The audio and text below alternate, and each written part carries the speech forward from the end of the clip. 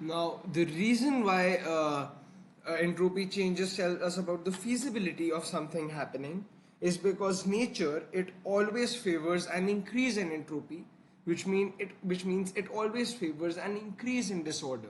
So what I mean by this is that whenever an increase in disorder is taking place, then that is more feasible than a decrease in disorder taking place, because nature, it favors an increase in disorder, it favors an increase in the entropy of a system. So for example, just to explain it in layman's terms, why is it more easy for us to create a mess of our bedrooms than to tidy our bedrooms up? I mean, it takes a few seconds to create a huge mess in our rooms and create a really untidy room. But it takes so much time to get everything back in place so that the room becomes more tidy, becomes more ordered. Now that is entropy. Nature favors disorder, and that's why it takes so less time to create a mess.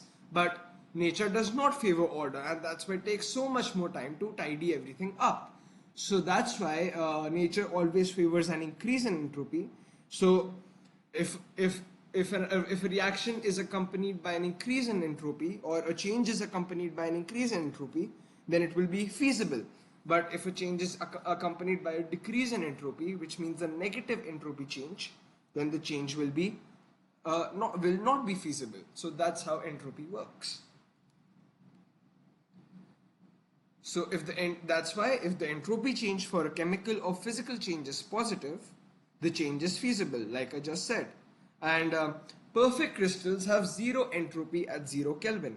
So what this means is that at 0 Kelvin, which is absolute, which is the lowest temperature possible on the Celsius scale, this is minus 273 degrees Celsius approximately.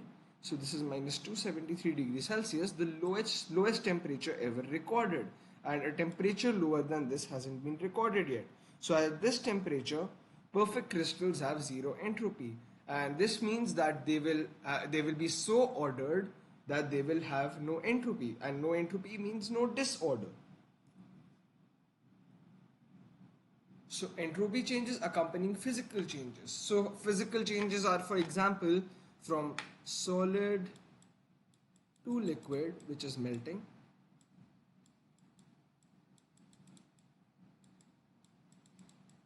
and liquid to gas, which is boiling. So and these are physical changes. This is called melting, this process, and this process is called evaporation or boiling. So in all these processes, entropy is increasing because, as I said, solids are the least ordered, gases are the most ordered. Solids are the most ordered, sorry, and gases are the least ordered. So since solids are the most ordered and hence least disordered, then the entropy change that is taking place when a solid turns into a liquid is a positive entropy change, because entropy is increasing, because liquids are more disordered than solids, and since liquids are more disordered than solids, entropy will increase when a solid melts to form a liquid. Similarly, since gases are more disordered than liquids, then as a liquid evaporates or boils to form a gas, then the entropy change will be positive, because again entropy is increasing, it's more feasible. Entropy change will be positive. So if I had to make a scale with a graph with entropy change on the y-axis, so entropy change is denoted by delta S naught, where naught represents standard entropy change, and this is Kelvin scale, which is 0 over here. So I have, so because at 0 Kelvin we have perfect crystals, which means they will be perfectly ordered, so we will have zero entropy, and as we increase, entropy will increase. So that's just not so this will not be entropy change, rather it will be entropy itself. So this is the standard entropy over here, and this is the temperature in Kelvin. Let's eliminate temp in Kelvin over here.